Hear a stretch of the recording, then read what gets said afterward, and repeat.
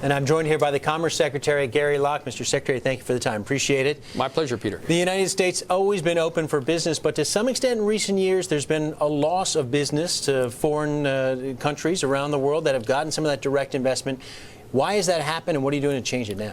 Well, the United States is an incredible place to do business and to operate a facility. And, of course, with 300 consumers, this is really the best economy in which foreign companies can do well. Over the last 10 years, the percentage of foreign companies that are investing in the United States, opening plants, manufacturing facilities, and hiring people in the United States has dropped from roughly 25% of all that money, foreign money, to only about 12–13%.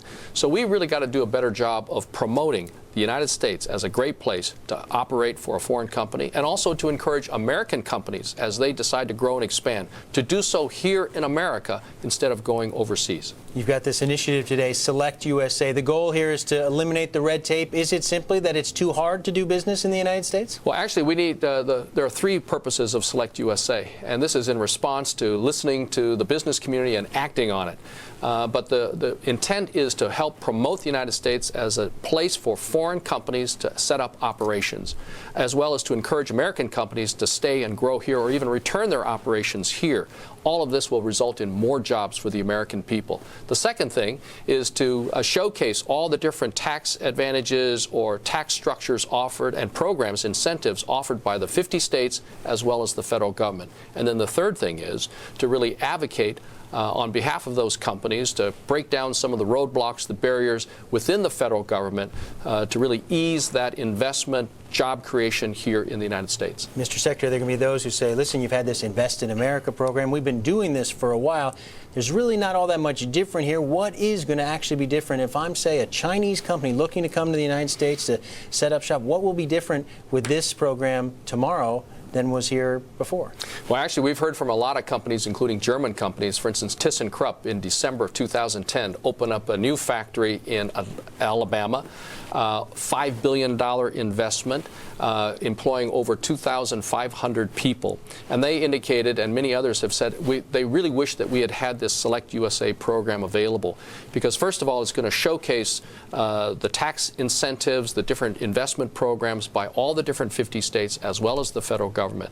But once they reach a hurdle, let's say within the federal government, then Select USA is going to be an advocate for them to try to knock down those hurdles and ease their ability to site a facility here in the United States. So this is really an all-aggressive effort.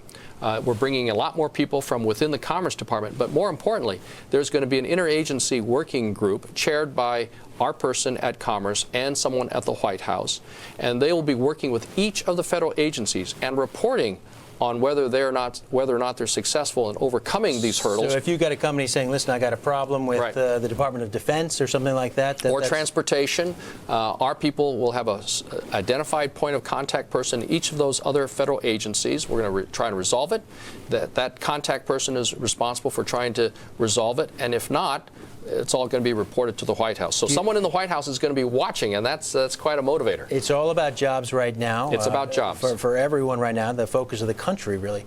Do you have any target in mind as to what might be a target here in terms of job creation as a result of these changes? Well, we know that looking at some of these companies, whether German companies, Japanese companies, Korean companies that are now bringing operations here, and a lot of U.S. companies are also bringing their manufacturing operations back to the United States because they're finding that the labor advantages of Asian countries is no longer as great. And because the United States is really the most secure place for investment, and with a lot of more wealthy people, business people around the world, they're looking for a place in which they can have their money secure and safe. So the United States is very, very attractive. We know that 10 years ago, 25% of all the foreign direct investment was coming to the United States. It's dropped dramatically. We'd like to get it back up to that previous level. What's your message to Americans who look and they see Toyota plants, they see Honda plants, they see even the BMW, the Mercedes plants down in the southern parts of this country, and they still worry, is this really good for the United States that you've got foreign companies moving in here, and there's still worries about jobs going back overseas as a result of this? Well, that's the purpose of this. We want to bring jobs here in America, and if we can have other companies, foreign companies, whether Volvo, Mercedes-Benz, Michelin, setting up manufacturing facilities here, they employ Americans. And some of these companies say that 90% of their workforce, from management all the way down to the manufacturing line and the assembly line, are all American, born in the United States people. So that's good for Americans, creating jobs. Because these companies can either establish Volvo, Mercedes, BMW, they can either establish their manufacturing facilities back home or somewhere else in the world or here in America.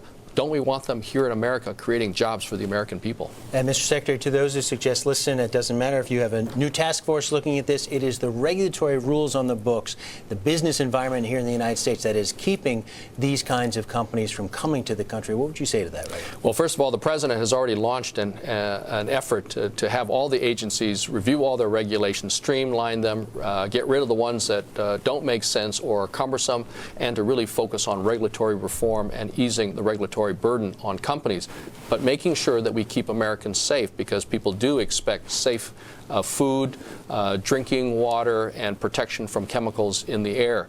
But we still can do a better job of being responsive to the business community, and that's why we have Select USA. This is a result of the administration listening to the concerns of the business community and acting on it.